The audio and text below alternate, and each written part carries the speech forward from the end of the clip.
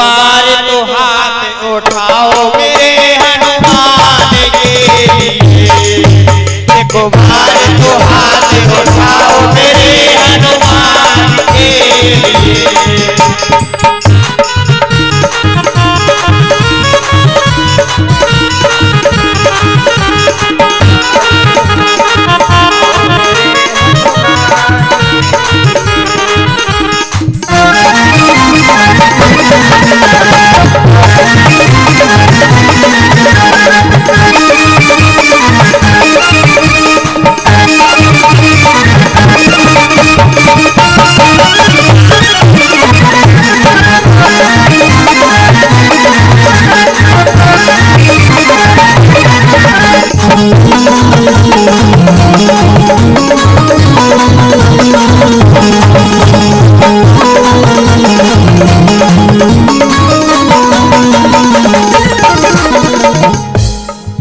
सागर को लांग कर जिसने सीता का पता लगाया, प्रभु राम नाम का डंका लंका में जाके बजाया।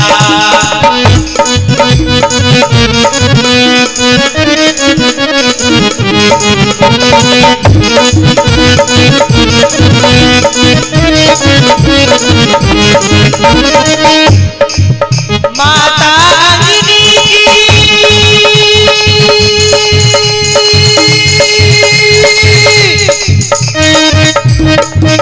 माता अंजनी की ऐसी संतान के दोनों हाथ उठा दे कैसे बात की।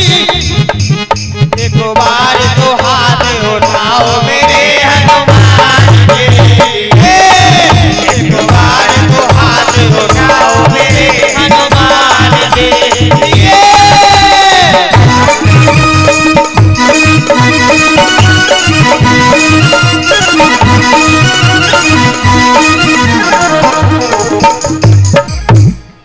बोलिए हनुमान जी महाराज की। कल हनुमान जी महाराज का जन्मोत्सव और उनकी बाल लीलाएं, आज मां अंजना देव पूजा के लिए बाहर गईं। उसके उत्पात मचाने के कारण हनुमान जी महाराज थके हुए विश्राम कर रहे थे। मां अंजनी ने हनुमान जी महाराज को उठाना ठीक नहीं समझा। हनुमान जी महाराज निद्रा अवस्था में शयन अवस्था में शयन कर रहे थे। मां अंजनी पूजा के लिए देवालय गई हुई थी। जब मारुति की नींद खुली तो मारुति को भूख लगी और उन्होंने माता श्री के मुखारबिंद से सुना था कि जो फल लाल लाल होता है वो पका हुआ होता है। आज जब हनुमान जी महाराज की नींद खुली तो उनकी दृष्टि भगवान सूर्य नारायण पर पड़ी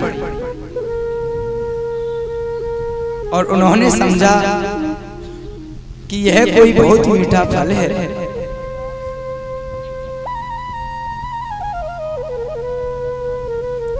और उन्होंने सोचा कि इस फल को खाया जा सकता है, क्योंकि माँ कहती है कि जो फल लाल लाल हो वो पका हुआ है। तो आज हनुमान जी महाराज ने सूर्य को देखा और हनुमान जी महाराज सूर्य की ओर उड़ते उड़ते जाने लगे। उनकी नजर काले रंग की गर्दन वाले एक भीमकाय शरीर पर पड़ी। वह आकाश में विचरण कर रहा राहु ग्रह था। राहु के पूछने पर मारुति ने सूर्य की ओर इशारा किया और बताया कि वह उसे खाने के लिए जा रहा है।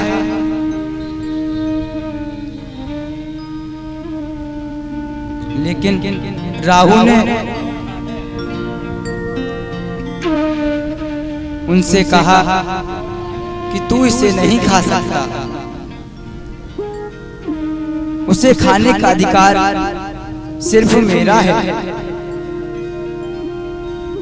राहु ने दंड देने के लिए अपने मुंह से अग्नि की वर्षा की, लेकिन इसका मारुति पर कोई प्रभाव नहीं पड़ा। उसने अपनी नन्ही गदा से राहु को बहुत पीटा। राहु अपनी जान बचाकर देवराज इंद्र के पास आया और सारी घटना इंद्र को बताई। उसने इंद्रदेव को बताया, आपने मुझे ही सूर्य को अमावस्या के दिन निकलने का अधिकार दिया है। जो सूर्य ग्रहण लगता है अमावस्या के दिन, जब राहु सूर्य को निगल लेता है तो सूर्य ग्रहण लगता है अमावस्या के दिन। ये वरदान ब्रह्मा जी ने राहु को दिया। तो राहु इसी बात को ब्रह्मा जी से कहता है कि ब्रह्मा जी, ये वरदान आपने सिर्फ मुझे दिया है।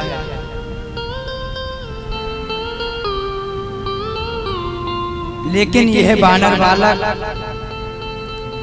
मेरे अधिकार को कैसे छीन सकता है? इंद्रदेव ने सोचा कि शायद कोई राक्षस बालक होगा, सूर्य को खाने के उद्देश्य से ही उधर जा रहा होगा। यह सोचकर इंद्रदेव अपना वज्र उठाकर उस बालक को सबक सिखाने के लिए चल पड़े। आसमान में मारुति जी का सामना रावण से हुआ। रावण ने मारुति जी के पैर पकड़ लिए और उन्हें नीचे को खींचने लगा। मारुति जी ने प्रहार किया, रावण को विमान से गिरा दिया। बाली नाम तम वधिष्यामि तब भार्या पहारिणम। इंद्रदेव ने देखा कि एक नन्हा बालक सूर्य की ओर बढ़ रहा है, बढ़ता जा रहा है, और अचानक ही मारुति जी ने सूर्य को निगल लिया। लीलियो ताई मधुर फल जाना। हनुमान जी महाराज ने मधुर फल समझ के सूर्य को निगल लिया। चारों ओर अंधकार छा गया। इससे सभी देवगण और स्वयं इंद्र भी हैरान हो गए। चारों ओर अंधकार छा गया, चारों ओर अंधेरा ही अंधेरा हो गया। मारुति को राक्षस बालक जानकर इंद्रदेव ने उस पर अपने अस्त्र से प्रहार किया।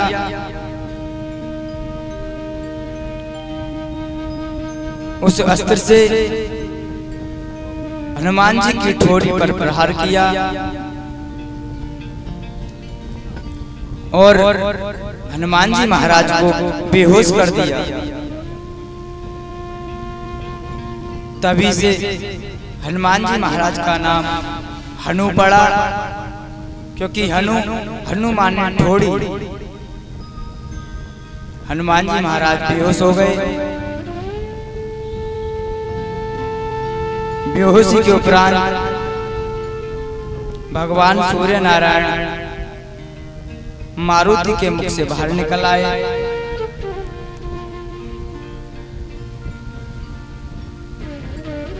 बालक मारुति वज्र के प्रभाव से बेहोश होकर लहराते हुए जमीन पर गिरने लगे। मारुति ने पवन देव का आह्वान किया और बचाने के लिए उन्हें पुकारने लगे, हे वायुदेव, हे पवन देव, आप कहाँ हैं? मारुति गिरते गिरते पवन देव को याद करने लगे। पवन देव वहां पर तुरंत प्रकट हो गए और हनुमान जी महाराज को अपने अंक में ले लिया, अपनी गोद में पकड़ लिया। लेकिन हनुमान जी महाराज अभी भी बेहोश की हालत में हैं।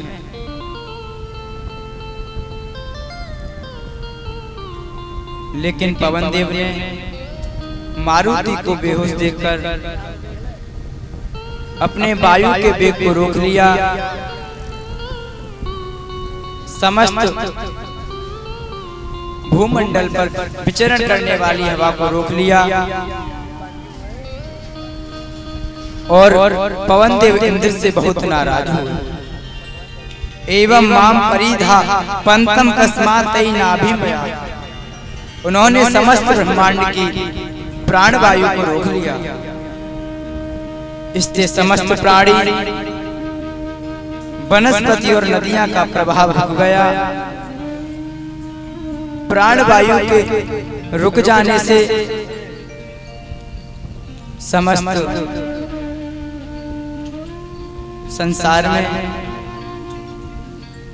हड़कंप मच गया, आतंक सा आ गया, हाहाकार मच गया। पशु पक्षी और मनुष्य जिस स्थान पर भी थे वहीं पर वह प्राणहीन और निडाल होकर गिरने लगे। पवन देव ने भी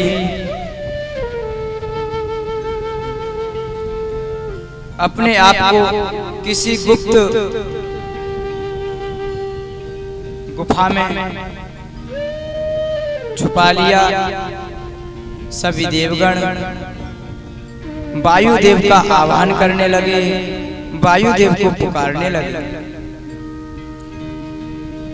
और उनसे प्राण वायु छोड़ने की प्रार्थना करने लगे। हे पवन देव, अगर आप इस प्राण वायु को नहीं छोड़ोगे तो इस संसार में हाहाकार मच जाएगा। कोई भी प्राणी, कोई भी जीव जंतु जीवित नहीं रह सकेगा।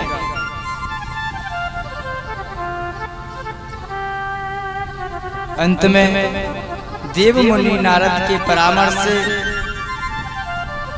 सभी देव ब्रह्मा जी के पास आए और सारा वृतांत सुनाया। उन सबने पवन देव के गायब होने के बारे में भी पितामह ब्रह्म जी को बताया। ब्रह्मा जी ने देवगणों को बताया कि आप मेरे साथ पवन देव के पास चलकर ही उनसे प्राणवायु के बंद होने का कारण पूछते हैं। यस्य प्रसाद सततम प्रसीदेयुरिमा प्रयः। पवन देव के पूछने पर उन्होंने इंद्रदेव को गुनहगार बताया, दोषी बताया। बेहोशी की हालत में अचेत अवस्था में पड़े मारुति को देखकर ब्रह्मा जी ने बताया कि देव को बालहट पर इतनी बड़ी सजा देनी उचित नहीं है,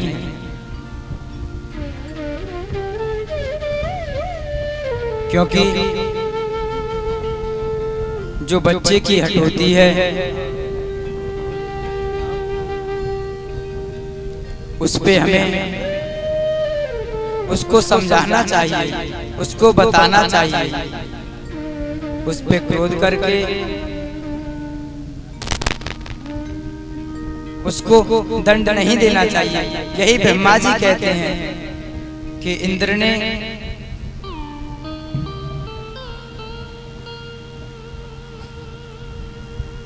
ये वज्र का प्रहार क्रोध में आकर के किया,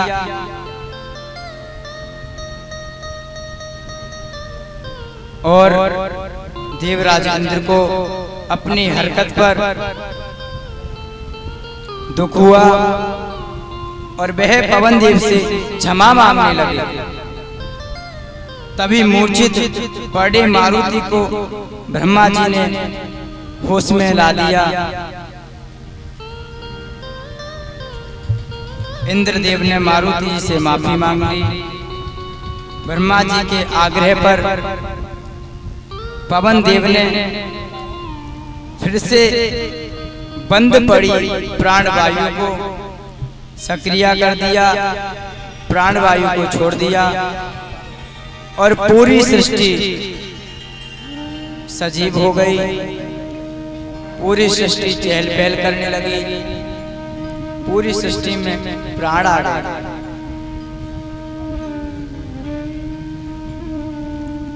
अंजना प्रदेश के सभी व्यक्ति चिंतित थे। इंद्रदेव ने मारुति को यह वरदान दिया कि संसार का कोई भी अस्त्र शस्त्र इनका कोई भी नुकसान नहीं कर सकेगा, क्योंकि इंद्र के वज्र प्रहार से हनुमान जी महाराज का शरीर पूरा वज्र का बन चुका था, पूरा वज्र का हो गया था। तो उनके ऊपर कोई भी अस्त्र शस्त्र का प्रभाव नहीं हो सकता।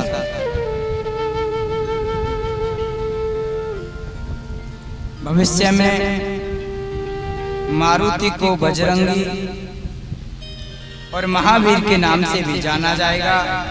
नारद मुनि जी ने पवन देव को बताया कि मारुति को मिले बजरंगबली का नाम ऐसा है कि अगर कोई भी इस बजरंगबली और महावीर के नाम का उच्चारण करेगा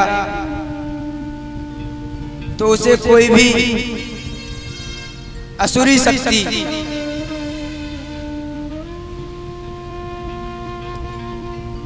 उसे परेशान नहीं कर सकेगी।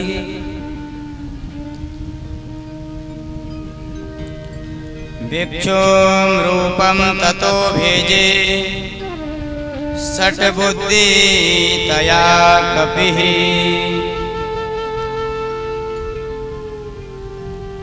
षट् बुद्धि तया कपिः।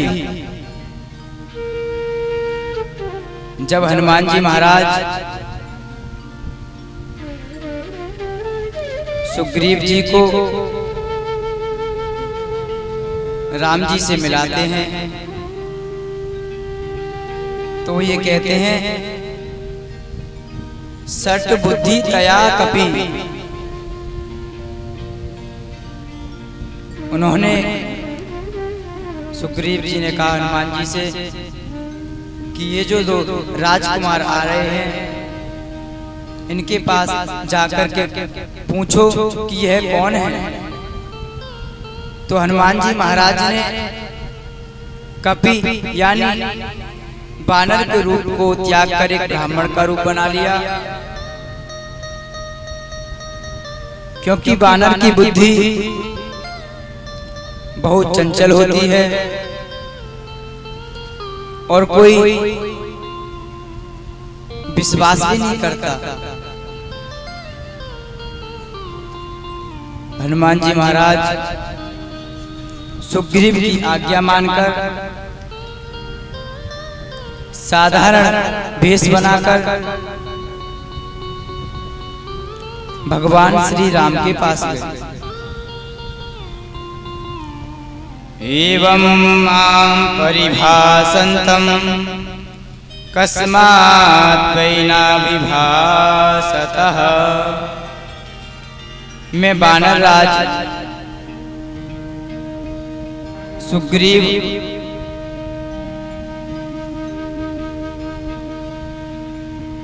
का सचिव हूँ, जिनको उनके भाई बाली ने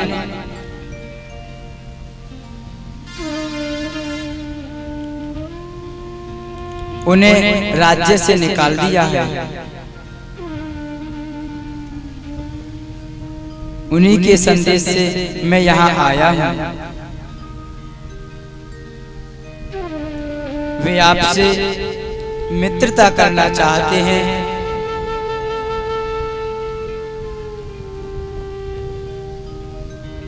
और मैं उनका सचिव हनुमान हूँ। शास्त्रों में वर्णन है और पूज्य चरणों के मुखारबिंदों से सुना है कि हनुमान जी महाराज प्रथम बार श्री राम जी से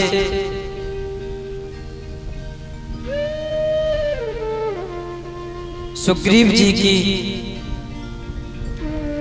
भेंट कराने के लिए ही मिले, और अन्य शास्त्रों में ऐसा वर्णन आता है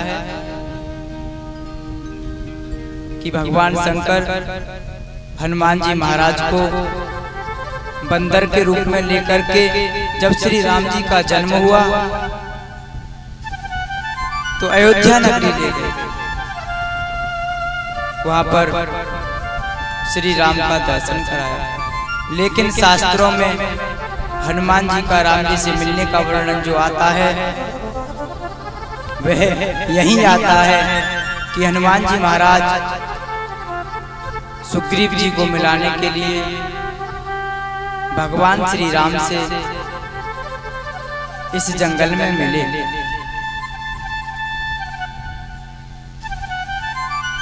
युवाभ्याम सहि धर्मात्मा सुग्रीवा सख्यमेच्छति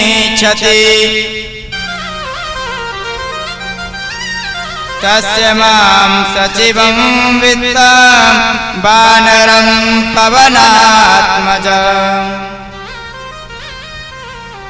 ऐसा कहकर हनुमान जी महाराज चुप हो गए। श्री राम ने लक्ष्मण जी से कहा कि हे लक्ष्मण, देखो इन्होंने जिस भाषा का प्रयोग किया है वैसी भाषा ऋग्वेद आदि वेद तथा व्याकरण शास्त्र बिना पढ़ा व्यक्ति नहीं कर सकता, और ऐसी भाषा को बिना शास्त्र पढ़ा व्यक्ति नहीं बोल सकता।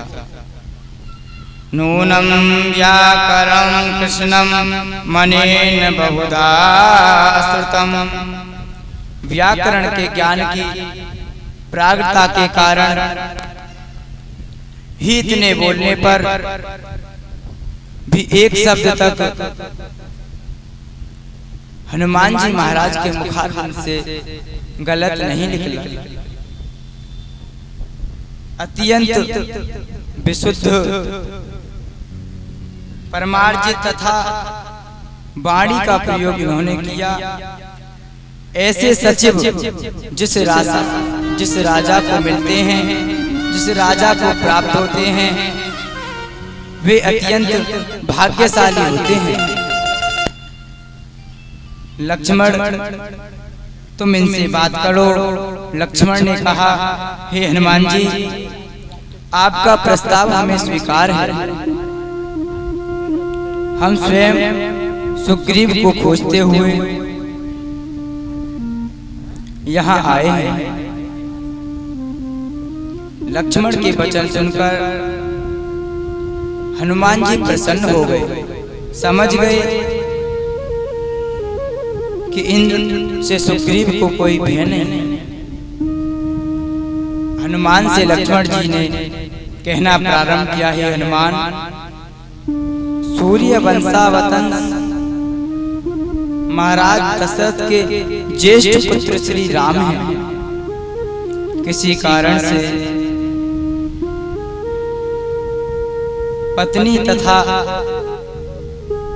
मेरे सहित यहाँ वन में आए मेरे भाई, तभी किसी कामरूप राक्षस ने इनकी पत्नी का हरण कर लिया। तनु नामक दैत्य ने सुग्रीव का नाम बताया कि वे तुम्हारी सहायता करेंगे। हे हनुमान, जिनकी प्रसन्नता से सारी प्रजा खिल उठती थी, वे ही राम आज सुग्रीव की प्रसन्नता चाहते हैं। यस्य प्रसादे सततम प्रसीदे युरि महाप्रजा। अब सुग्रीव को इन पर कृपा करनी चाहिए। हनुमान ने कहा, महाराज, सुग्रीव की दशा ठीक आप जैसी है। उनकी संपत्ति तथा पत्नी का इनके भाई बाली ने हरण कर लिया। यह प्राण भय से यहाँ वन में रहते हैं। आओ चलें, अब सुग्रीव के पास चलते हैं। लक्ष्मण ने श्री राम से कहा, भैया, पवन पुत्र हनुमान झूठ नहीं बोल सकते।